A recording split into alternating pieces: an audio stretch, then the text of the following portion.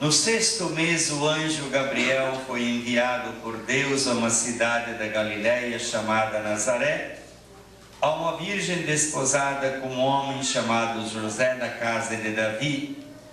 O nome da virgem era Maria. Entrando onde ela estava, disse-lhe: Alegra-te, cheia de graça, o Senhor está contigo.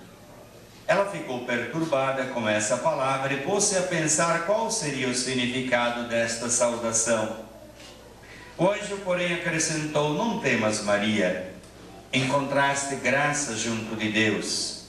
Eis que conceberás no teu seio e darás à luz um filho, e chamarás do nome de Jesus. Ele será grande, chamado Filho do Altíssimo, e o Senhor Deus lhe dará o trono de Davi, seu pai. Ele reinará na casa de Jacó para sempre, e seu reinado não terá fim. Maria, porém, disse ao anjo: Como é que vai ser isso, se eu não sou casado com nenhum homem? O anjo lhe respondeu: O Espírito Santo virá sobre ti, e o poder do Altíssimo vai te cobrir com a sua sombra. Por isso o santo que nascer será chamado Filho de Deus. Também Isabel, tua parenta, concebeu um filho na velhice, e este é o 6º mês para aquela que chamavam de estéril, porque para Deus nada é impossível. Então Maria disse: Eu sou a serva do Senhor, faça-se em mim segundo a tua palavra. E o anjo a deixou. Palavra da salvação. Glória a vós, Senhor. Podemos sentar.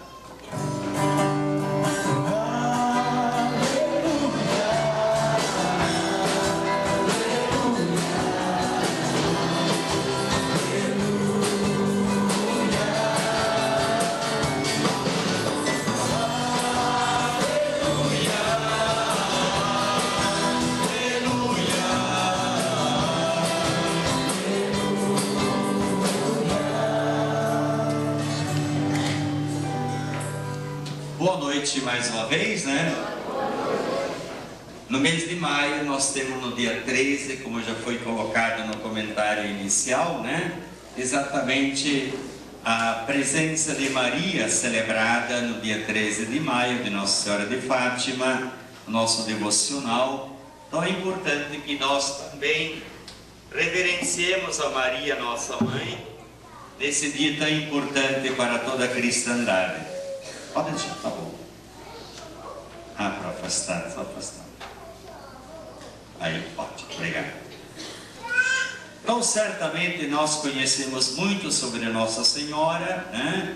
Eu acho que é importante a gente, de vez em quando, né, dar uma olhada, dar uma estudada, verificar o que na verdade é Maria, qual é o seu papel, e por que ela está presente na vida da cristandade ao longo dos tempos, né? É quando se pede uma palestra de Nossa Senhora, né? Até quando pedem para um padre, às vezes o padre diz: o que eu vou falar, né? Nem sempre é fácil falar de Maria. Talvez uma mulher consiga falar de Maria muito mais com propriedade, né? Talvez não teologicamente, mas com propriedade, pela própria experiência materna, né? Ela consegue falar de Maria. Mas eu hoje não vou falar de Maria também, né? Apenas para dizer assim, é sempre um tema importante.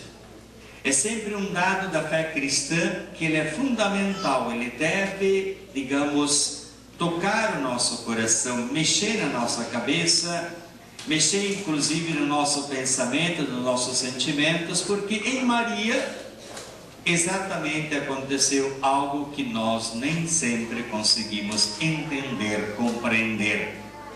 Maria talvez seja aquela que mais perturba as pessoas, as religiões, mais tira de nós, digamos, aquela ideia que tem que ser assim, assim como a própria resposta que Maria dá ao anjo, né? Como é que acontecerá isso se eu não sou casada com ninguém? Esse é o grande intrigamento que os cristãos, a humanidade, tem exatamente em relação a Maria e a dificuldade de exatamente aceitar essa revelação de Deus. Se alguém quiser pensar mais tarde, né, Tudo isso se deu por uma revelação divina. Deus vai se revelando. E se revelou também em Maria, através do anjo, através desse anjo e mesmo dizendo: o Espírito do Senhor fará tudo isso. Não apenas um início de conversa, mas o tema que nós temos hoje é a catequese de Jesus Cristo, o Espírito Santo, né? Quem tem Bíblia aí pode abrir, né? João 14, 12 a 17. João 14, 12 a 17. João 14, 12 a 17. Então vamos tentar destrinchar um pouco o que é que nós temos ali. Depois vamos ver outros versículos, inclusive quanto à ação, a presença, o que é o Espírito Santo, o que é a catequese de Jesus a respeito do Espírito Santo. Vocês têm a tradução em grande parte da Ave Maria, ou da edição da CNBB, né? Ou da edição pastoral. Então não se estranhem se por acaso cada uma das traduções é um pouco diferente. A minha talvez vai ser até mais diferente ainda, né? Eu normalmente uso a tradução da Bíblia de Jerusalém. A Bíblia de Jerusalém é aquela que mais está próxima aos escritos, digamos, originais, inclusive do grego, do hebraico, né, e do aramaico. As outras edições estão mais ligadas à Vulgata, ou seja, a tradução do latim. Você sabe que as coisas traduzidas de uma língua para outra, às vezes vai perdendo o seu significado mais forte. Então o texto que eu citei para vocês, se vocês quiserem me acompanhar, diz assim: em verdade vos digo, quem crê em mim fará as obras que faço, e fará até maiores do que elas, porque vou para o Pai. E o que pedirdes em meu nome, eu farei, a fim de que o Pai seja glorificado no Filho. Se me pedirdes algo em meu nome, eu o farei.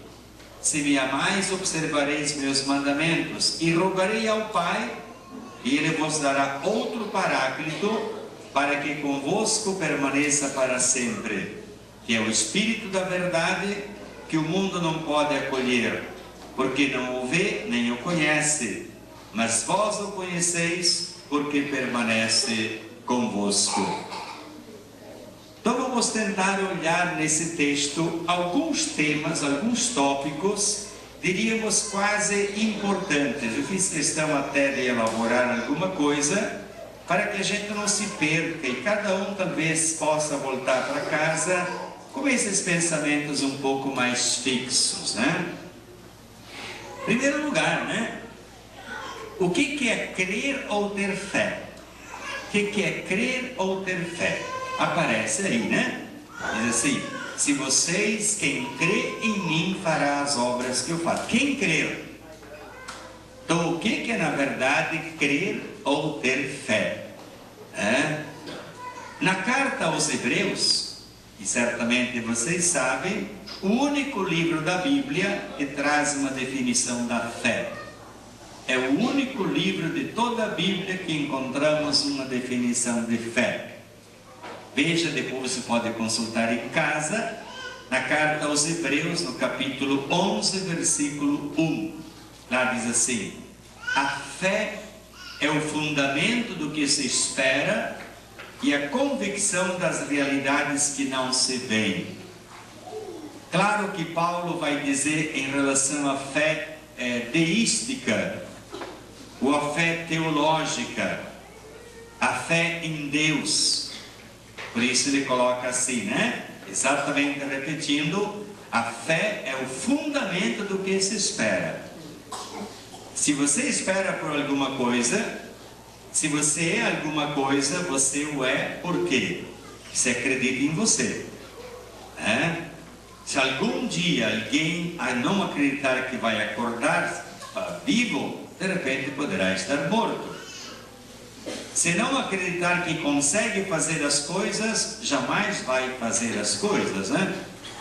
Então você vai ver, em primeiro lugar aparece isso, né? É o fundamento do que se espera, né? e a convicção das realidades que não se veem.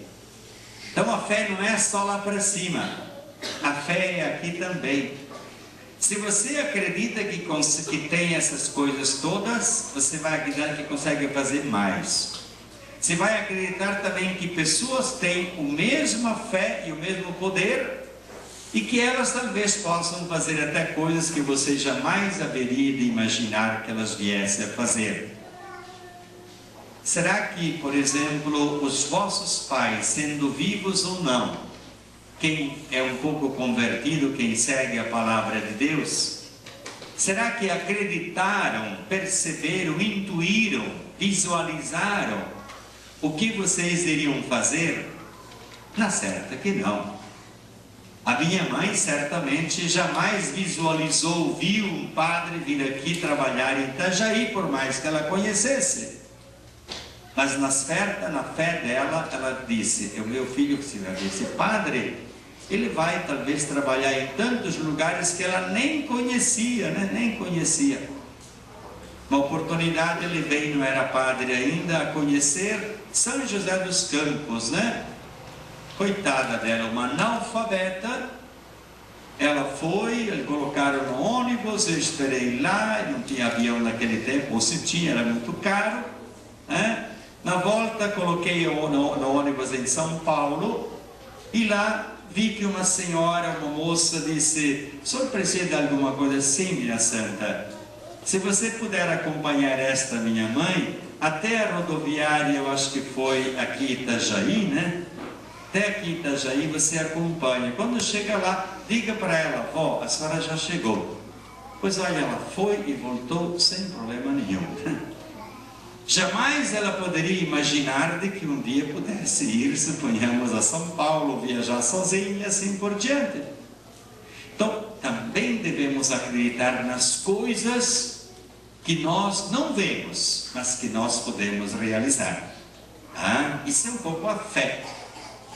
A fé, no caso aqui, é ficar firme, se encontrar sobre uma base firme. A fé dá uma base firme.